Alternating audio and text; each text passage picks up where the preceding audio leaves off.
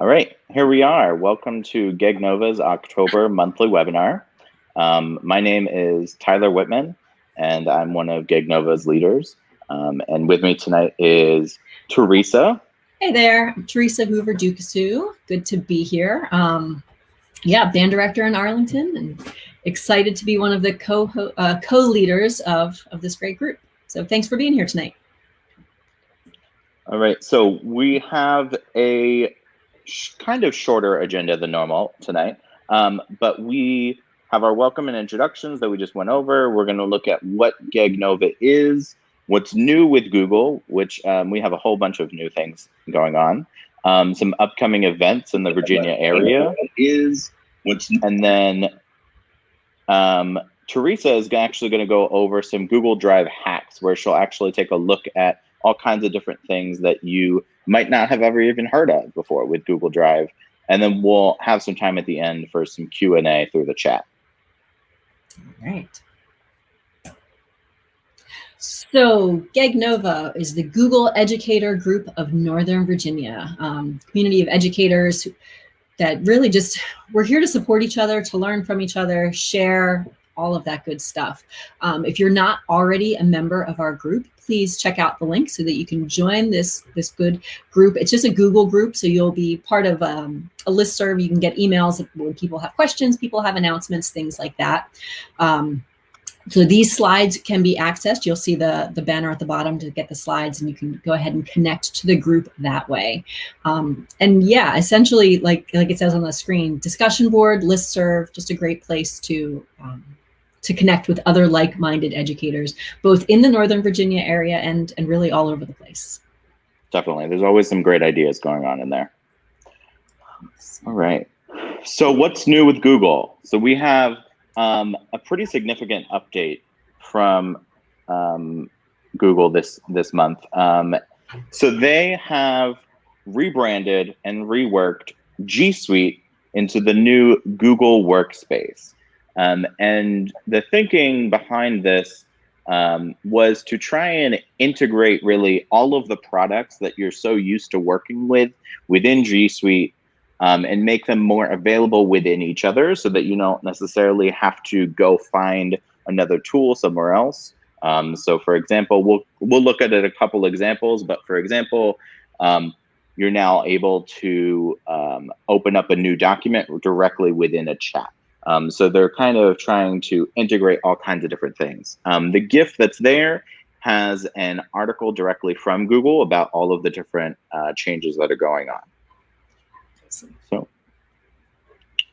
So one of the first updates that we'll look at, and the GIF kind of shows you an example, and what I was talking about, is that through Google's chat, you are now able to open a shared document with anyone that you're chatting with that will automatically be shared with them. And so this is for anyone with the Google Workspace or enterprise level of Google. And you're able to share a Google Doc, Google Slide, or Google Sheet directly within the chat. So this isn't available just for personal accounts. This is for enterprise. Absolutely correct. Yeah. Yes. You cannot. So the normal like Google Hangout chat won't have this capability as of now. Yeah. One thing I have noticed about chat though is you can, from a personal account, you can be in a chat that's in an enterprise, but we can't start them, we can't create them, things like that. Exactly. So. Neat. Picture in picture. So this is a big one, especially if you're teaching virtually. And we all know that we're all constantly in virtual meetings nowadays and video chats. And so what this basically allows you to do is keep viewing the video of your Meet video chat while still in another Google product, whether that's Gmail, a Google Slide, a Google Doc, Google Sheets.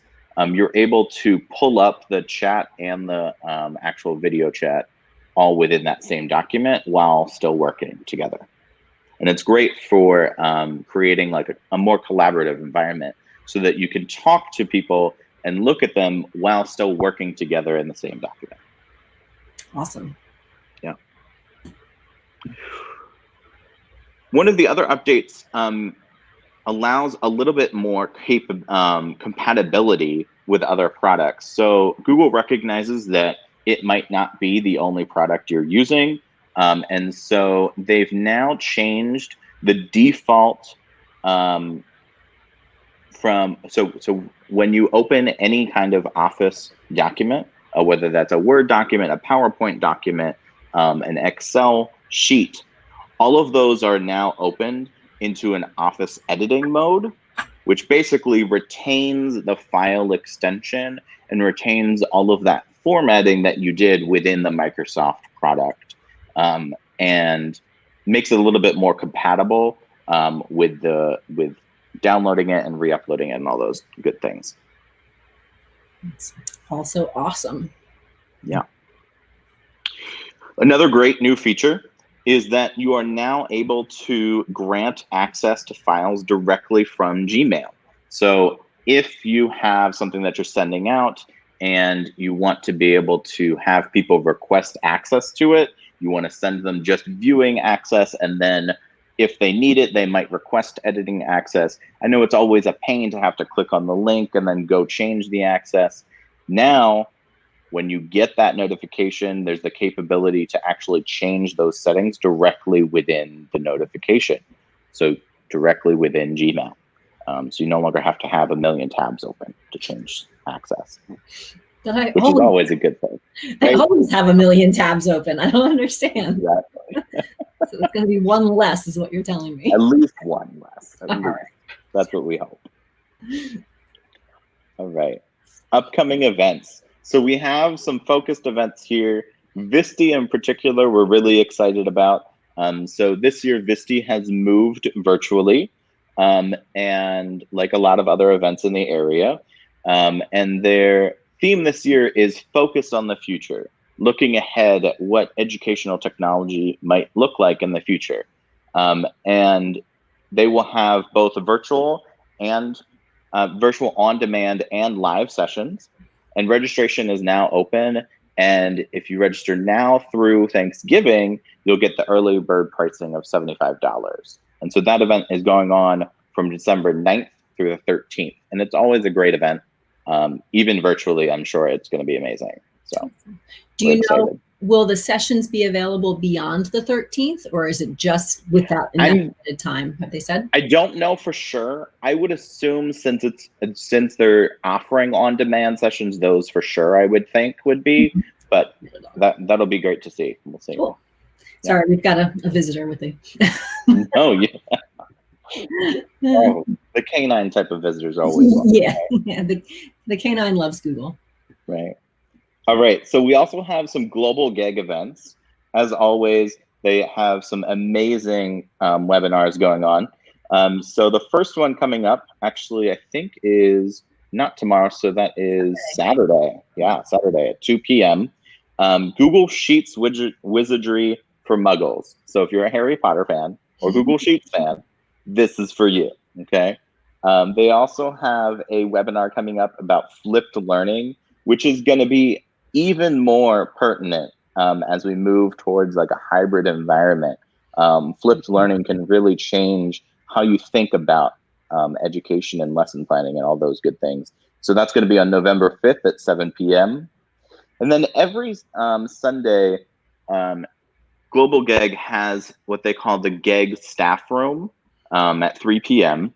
And basically what that is it's kind of like when you go into the lunchroom at school and you have some just informal conversations about what you're doing in class, what you could work on. You might have some crazy idea, you're trying to figure out how it might work, and you ask everybody around, right?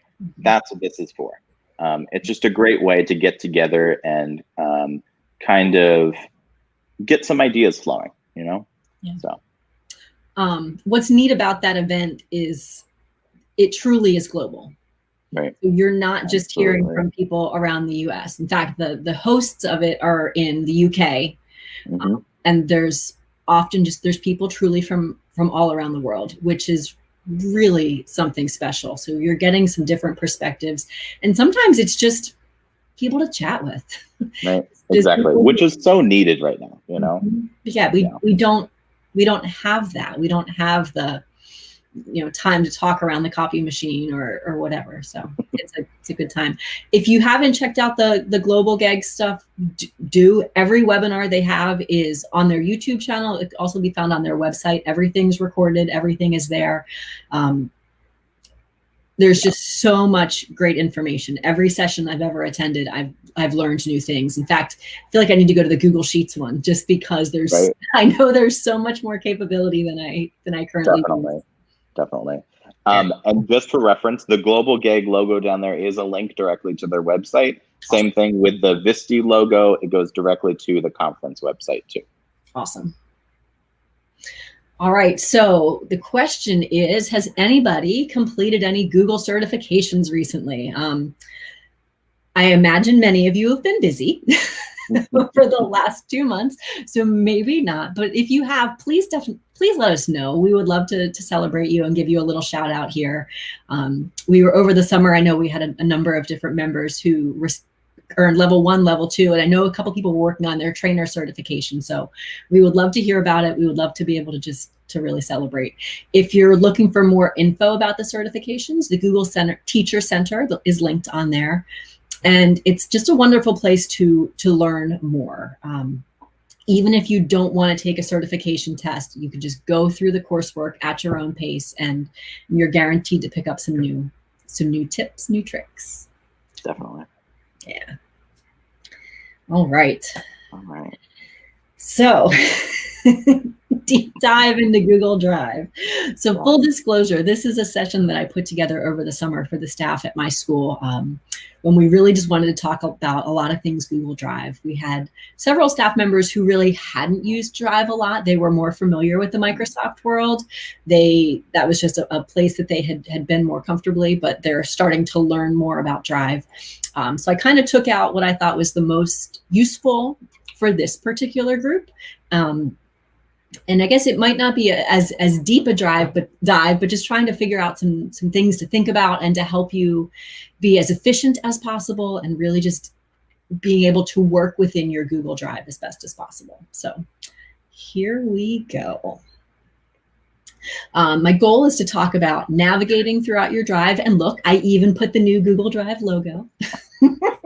Had to update it. We'll talk a bit about organizing your Drive. This is a big one, especially right now when I feel like everything is digital. Sharing files, folders.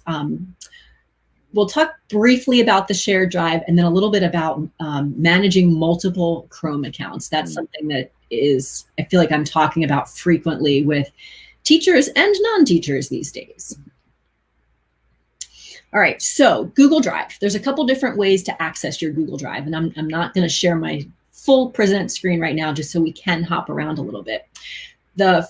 One of the ways to access Google Drive is to simply use your little waffle, and the waffle is going to be up in the upper right-hand corner.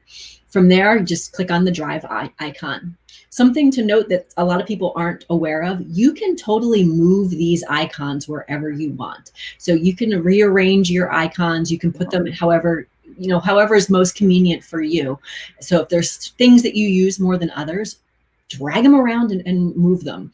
And I think when you see them all like this, you can see those new logos and how they really do put everything together. So that's one easy way to access your Drive. The other way, just simply drive.google.com. Dog, you're making it really difficult to type right now. And that'll bring you to your Google Drive, okay? We don't need that particular window open. Here we go. So that's the easiest way to access your Drive. When you're looking at a personal Google Drive, you're going to have 15 gigabytes of storage by default. That's what they come with. You can buy more storage, though, if you find that you're really putting a lot of things in there. However, we're going to talk a little bit about organizing and maybe decluttering your Drive so that you don't need quite as much storage. Your education account, however, is unlimited storage. So with your classroom account, the whenever you have for school, you can put that full of as much stuff as possible. So don't be afraid to just throw things in that particular Drive. The only time it will become an issue is if you're maybe leaving a school and trying to take things with you and you need more room. But that education account is going to be unlimited storage. From your Google Drive, from your new button, you can create a new folder. You can create all kinds of different files. You can also upload any kind of file into your drive. So truly anything that you want to have saved there in the cloud can be saved in Google Drive. Tyler was talking about using the various office tools. You can upload those into your drive. As a music teacher, I have like Sibelius files and Finale files, like music specific files. I can store them in Drive. So any of those things can be uploaded right here. You can even upload an entire folder, which is a nice thing to be able to do. The other thing that I want to mention is searching in your Google Drive, right? So most people know how to search. They simply, they type in whatever they feel like typing in. I can't even think about what's in my drive right now. London, so anything that's going to come up with that. But a lot of people don't use the extended search options. And this can really, really help. If you know that you're looking for a Google Doc or a Google slideshow, something specific to that, you can search by that file type. And that might help limit what's going to come up in your search results. You can also search by owner. So for example, I'm going to go back to any, if I want to look for something that Tyler has shared with me, I can go specific person. Oh, squeaky toy is not the time for now. And I can type in Tyler's name and it's going to share anything that Tyler has shared with me. Or maybe I'm really just looking for something that's mine. So I can go and search for something that is owned by me. So you can search by when it was modified, certain words. There's just a whole number of ways that you can search. And I find for me that is really helpful. Sometimes if I type something kind of generic in the search, I get way too much and I need to be able to narrow it down quickly. So just kind of consider how you can use those search options to best go through your drive. All right, what else? Okay. This is the big stuff, the organizing your drive. So there's two pretty specific groups of people who agree or disagree with this next comment. You can either organize your drive by grid view or by list view. Grid view is going to show everything in a list. And I realize I'm totally showing you my Google Drive and there's absolutely you're not allowed to judge me for any organization or lack thereof here. Grid view, you're going to see everything organized in a grid. Personally, my brain works best on grid view. However, there is another group of people who feel that list view is the best way. You're going to access list view in the upper right-hand corner. And list view is going to do just that. It's going to make it a list. Now, there's pros and cons to both, right? In list view, you're going to be able to get more information about the file right away. You can see who owns it, when it was last modified, and if it is an actual file, you'll get info about the size of that file. Okay. Again, I prefer grid view, but it's really up to you. And people have different things about what makes it work for them. Tyler, which one do you typically use? Typically, I am a list view person, but that also just comes down to me being not organized. So I have a lot there and I like the compressed view to be able to see more at a time. Okay. Well, then that kind of brings me to my next point. Folders. Use the folders. Yes. I cannot remember which Stephanie said it from the global GEG, but no orphaned files. Now, I mean, obviously that's a bit of a stretch because I have plenty of files that are not in a folder, but use your folders to organize and then take it a step farther. Your folders can be color coded. Okay. So when you're looking at your drive, use the colors to help bring your eye to things, right? So simply, for me, it's a right click. Change the color. You can put any color you want to be able to see that folder. You can use those to help. The other thing that I do a lot, and this is going to be both in my folders and in my files, is I use emojis in the title. This does two different things. First thing it does is, again, it gives my eye that instant recognition as to what I'm looking at. Okay, I do this especially in school, but it also brings those particular files to the top when it's alphabetical. So since you're working on things that are going to be, in alphabetical order, you can use those emojis to make sure that that particular file is going to be at the top of everything you see. So even just using a star emoji is going to put that to the top. You can also use numbers for that same thing. You can number your folders. I usually would recommend, if you're going to number something, don't just go 1, 2, 3, 4, 5. Do 0, 1, 0, 2, so that when you get into double digits, it stays that way. But using those emojis can help. For school, for example, I have a guitar class, so of course I have a guitar emoji at the beginning of the folder name, and it helps. It helps. So I highly recommend, if nothing else, you go for that little trick. If you're looking to, you're wondering how to do that. So I'm going to go to rename. On a Mac, it's just Control, Command, and Spacebar, and that will bring up the emojis. Well, it'll bring up all your different character options. I cannot remember off the top of my head what the shortcut is for PC. I can't remember either, but I'll put it in the chat once I find it. Okay, sounds good. Thank you. My mind is on Macworld, but it's just a quick, easy way to put that emoji. And why not put music notes here? Because that's all I do. You're going to be able to get that and put it right where you need it. Yep, music notes in front of the classroom. Music notes for the music teacher. So that's just a hint for organizing your file, something that can make it, or your drive, to make those files just a little bit easier to find. So put everything in a folder, make sure the folder's labeled, use the colors to help yourself organize, and then take it even a step farther and go ahead and use those emojis. Oh, yeah, and teach your students these tricks, right? These poor kids, everything right now is digital. They don't have a piece of paper for anything. Teach your students how to organize their drives. We actually did this a couple weeks ago. I did with my homeroom kids. It's like, okay, and it's organization day. And we made a folder for every class. And then I told them, just go through and put the things in the folders, color code the folders if you want. And then we talked about how they should make a folder for last school year. So they made a folder called 2019-2020, and everything from that school year just went right into the folder. So now it's not cluttering up their drive. In my school drive, I have the same thing. I have one folder for each school year, and then I just dump all the other folders into it at the end of the year. It just helps things stay more organized. For sure.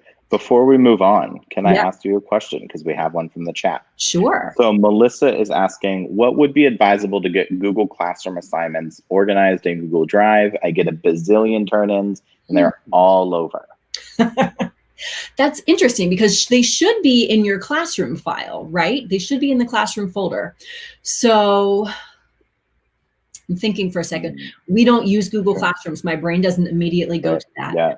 But if you want to show your Google Drive, I think that your my classroom is there, right? Yeah, this is a classroom. I mean, this is a personal drive, so they don't have too many different ones.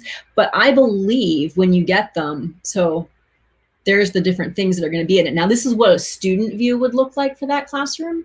So as a student in London 19, here are the 3 files I had. What I would probably do if it were me and it truly looked like that crazy mess, I might make a folder for each assignment and then just pop them right in as I go. And the nice thing is you can actually put things and organize things within the document. So for example, I'm going to go back over to our slides from today. If you look up at the top next to where the name of the title of the document is, there is a little drive icon. If you click on that icon, you can move that file anywhere you would like it to go.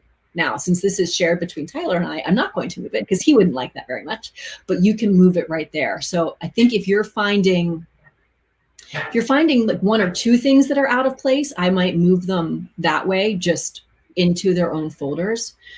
You can also just do a quick select all and use your side menus, select, and drag them in that way into those side folders. So I think that's where I would go. I'd be interested to hear from anybody else though who uses Google Classroom right now and has a similar kind of question. The other thing too, you could do is if your kids are not the type of people to change the title of their documents, you could search the name of the assignment and then throw them all into the same folder so that you have a folder directly for that assignment. Absolutely. And when you do your search, like we were saying before, not owned by me. Exactly. Yep. That's going to be another way to do a quick find. So not owned by me. I know it's a Google Doc. That kind of thing. Yeah. Perfect. I like it. All right. So if you're somebody who has a Google Drive that is erupting with all kinds of craziness and you're just like, I need to do something, but I don't know where to start. Okay. So here's the easiest place to start. No lie. Go up to your search menu, type in Untitled, owned by me, and see what comes up. And then you're going to go like this, because you're going to find all the stuff that like you started to create and then never finished. So at that point, find all those things that are untitled. Determine if they're trash or if they're things you need to keep. If you need to keep it, name it and put it in a file or put it in a folder, okay? Then the next thing to search, copy of. You will also find a whole slew of stuff. I don't know how I end up with the same copy of like 6 times. But determine, okay, do I need 6 of these? No, probably not. You can go ahead and delete a bunch of them. So that's going to get you started on cleaning out your drive. Then just do a quick scan through. And for this, I might say use list view. Do a quick scan through and see where you have duplicates. Okay, we don't need to sweep the toy all night. Find out where your duplicates are, get rid of those duplicates, or put them into a folder. One thing that you've probably seen Google talking about in your drive and all your different documents is that the trash has changed. For a while, trash was just there and it existed forever and ever and ever. Now, like many of your other functions, it will be deleted after 30 days. So you have 30 days of something in the trash before it's gone forever. Just worth thinking about. All right. So moving on. Oh yeah. I feel like a lot of people don't ever look at this in Drive. Next to your little list view, grid view icon, there's a little eye, your little info button. This can give you information about a lot of different things. So I just selected a folder. I can get details about what's in that folder. When it was created, opened, things like that, and then any kind of activity in there. This is especially nice if it's something that you're sharing with other people. You can get info about what's been going on with it. I've had a couple different instances where a teacher will say to me, I swear I put this in this folder and now it's gone. And we'll click on the folder, we'll click on this little info button, and we'll discover that whoever was sharing the folder deleted that file. Oh. And then we just very quickly go back to our trash and restore it. Like little things like that, you can just find out what happened to it. Okay, where did that go? Has somebody edited this? Has somebody put something in the folder? Stuff like that. So my classroom one that I just looked at, okay, it's telling me, oh, I renamed that tonight. The last time I created anything with it was August 25th. Again, I can get the details about it, who owns it. It's just a nice place to look. So, and that's usually the first place I tell somebody to go if they are sure they had a file and they can't find it. Just check it out there. We can get the truth. And we don't always, we might not always share that information. We don't always tell our teammate that, yes, you were the one that deleted the file, but at least we know where it is and what's going on with it. So just a little trick. All right, sharing. So we know that we can share from within a document, right? So if I'm back here in my Google Slides, I can go up to my share menu and I can go ahead and share a number of different ways with a link by adding somebody specifically. We can also do that directly from our Google Drive. So simply by a right click on on that file, we do have access to the share button. So if you know that you need to share something with somebody, but you don't want to go through opening it up, and like Tyler was saying before, having those extra tabs that I always seem to have, you can do it right here from within your Drive menu. And it's the same sharing options you would usually have. You can add people directly by email. You can give them view access, comment, editor. All of those things can be changed right there from the Drive without having to go in. The other thing I've been doing a lot recently is making copies directly from my Drive. Just the nature of teaching online and having to create and recreate, I can go ahead and do that. You can move it. I don't typically use the move menu this way. I usually just drag it, but it's an option for you. And you can also get the link, which is a nice thing. So you have those capabilities. Oh, and preview is another kind of nice one. I just recently started using preview. It's not going to totally open it, but it's going to tell me what it is. So if I have something I know I'm looking for, whatever, I just don't remember what I called it. That's normal. I don't remember what I called it. Without having to open it, I can just preview and say, oh yeah, this is exactly what I wanted. Now I'm going to go ahead and open that file. So it's all right here. Okay. As far as we talked about sharing it, making a copy. Oh yes. Forced copy. This is another one that a lot of people have been using recently. Just some little URL hacks. When you are getting something that you want someone to be forced to make a copy of, by changing the end of the URL. So you're taking basically everything from that last slash on, getting rid of that, and you're replacing it with the word copy. I'll make this big just in case you can't see it. So when you're looking at that nice long URL that Google provides for you when you're going to be sharing a document with somebody, we're going to get rid of the end of it, getting rid of the edit, sharing stuff, and we're just going to put the word copy. And what that does is when somebody else clicks on that link, it's going to say, would you like to make a copy of this document? And it's going to force them to make a copy of it. If you have a resource that you created and you want to share it with a teammate, but you don't want your teammate to edit yours because you're getting ready to use it with your students, you can force them to make a copy of it. Similar to that, and this is one I've also been using a lot, is the idea of having them make a template. So the template is similar, but here, the biggest difference is they're going to make a template so that they can preview whatever it is and then decide if they want to copy. Remember how we were talking about like that copy of and having 6 different versions in your Google Drive because you've clicked make a copy that many times? This is going to make that not an issue anymore. And what it will actually look like, I opened one up for us. So this is if I had used that template / preview extension. I'm going to see whatever it was that was made, and I can see it and look at it and be like, all right, I like this. If this is something that I now want, all I have to do is click use template, and now I get a copy of it.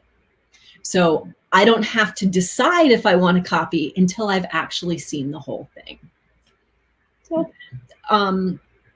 it's a really great option if you're like posting links online and you want people to be able to look at it before they choose whether they want to use it. Definitely. Yeah. And honestly, I use this template preview more outside of school. If I'm like posting something on my blog or something like that, that's where I tend to use the template preview option. Whereas if I'm using it in school, I'm more likely just to do the copy one. Sure. If you didn't have Google Classroom, if you didn't have Canvas cloud assignments, if you didn't have any of those many different functions, you could also use that forced copy with your students. If you had made like a template of some sort, if you had made a whatever that you wanted them to work with, you could have them do the forced copy. We don't need that as much with the students having Google Classroom and having these other tools, but it's still there as an option for you. Okay, keyboard shortcuts. Believe it or not, there is a whole slew of keyboard shortcuts just for your Google Drive. In fact, I will show you how many there are. All of these, more than I could possibly ever remember. But if you're someone who likes keyboard shortcuts, this is going to be right up your alley. So the couple that I potentially use the most, right, have to do with opening things and sharing things. So if I'm here in my drive and I have clicked on, I've selected an image, if I simply hit the enter button, it's going to open that file for me. The same thing works with the O for open.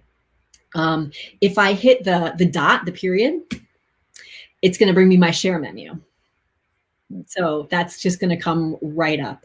You can also just navigate through the drive simply using your arrow keys. It can bring you right through Drive that way. Oh, and then there's also some to open new documents or new slides. So if you were to do Shift T, it's going to open a brand new document for you from your drive. If you click on Shift P, you'll get new slides. See? And this is how we end up with all those untitled things. but there's just a whole bunch of different keyboard shortcuts that can really help you navigate the drive quickly if that's something that you're into and that's something that works well for you. So I put the link in our Google Slides so that if you are inclined to learn more, you can go ahead and do that. I could never memorize them all. What I tend to use more than the keyboard shortcuts as far as creating new things, I'll more often do the URL extensions. Docs.new, or not, I guess not an extension, it's just a URL. Docs.new will bring me a new document. Slides.new, same thing. So I tend to use that more, but again, it just depends on where your head's going all the time. So just some little tricks. All right, okay, Chrome profiles. This is not totally a Google Drive thing, but it still is. The number of times that I've had a teacher or a colleague or anybody say to me, but it won't let me open because it's doing this, or it's, I can't. It's because of your Chrome profile. And the number of times I have to explain what Chrome profile means is also kind of funny. A lot of people, when they're looking in their Chrome browser, they are looking at the little picture that's right here next to the share button. Okay. And when you look at that, it says, okay, here's my Google account.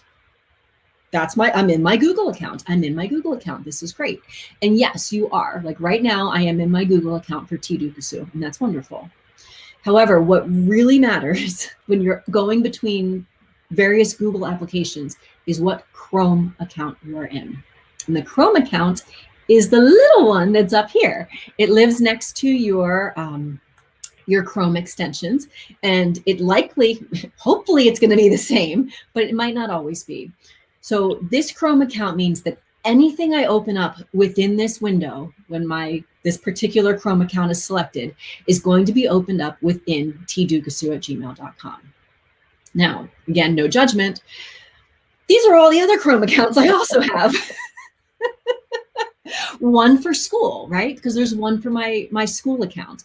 There's one for another organization that I work with, other organizations. So when I'm in those particular Chrome accounts, I know that everything I open up is going to be correct for that.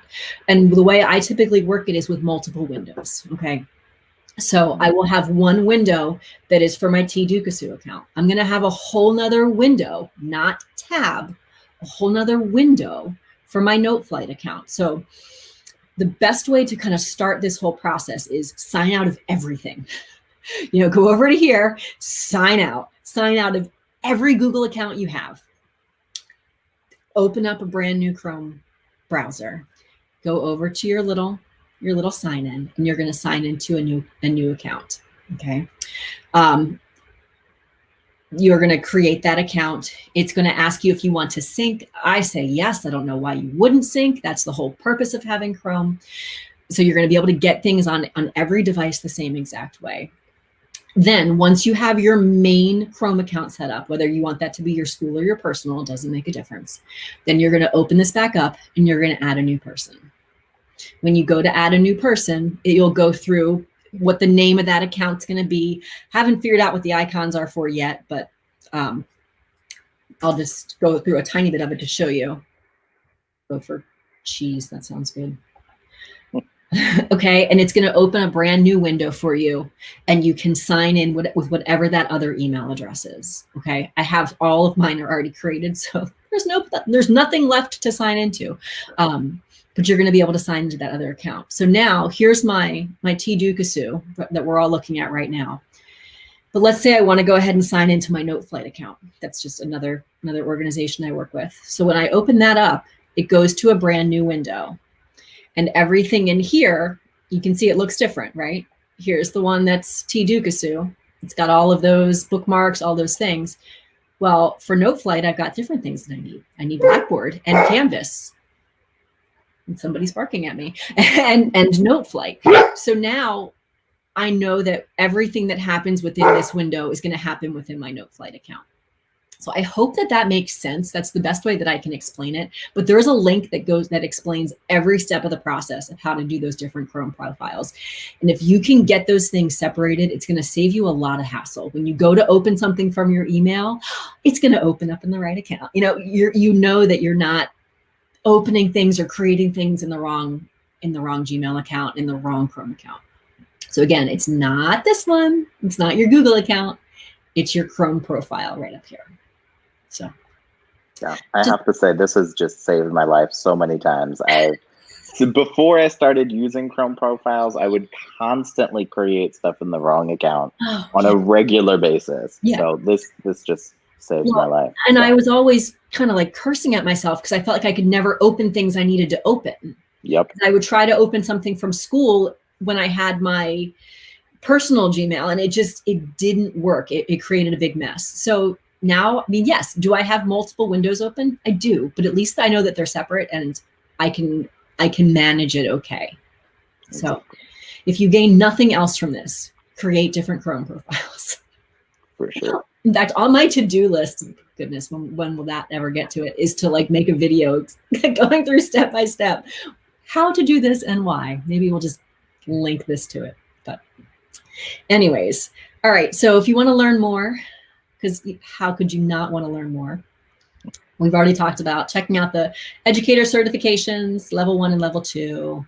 The content is free. The exam, I think level 1 exam's $10, and maybe level 2 is $20. I don't know. It's nothing big.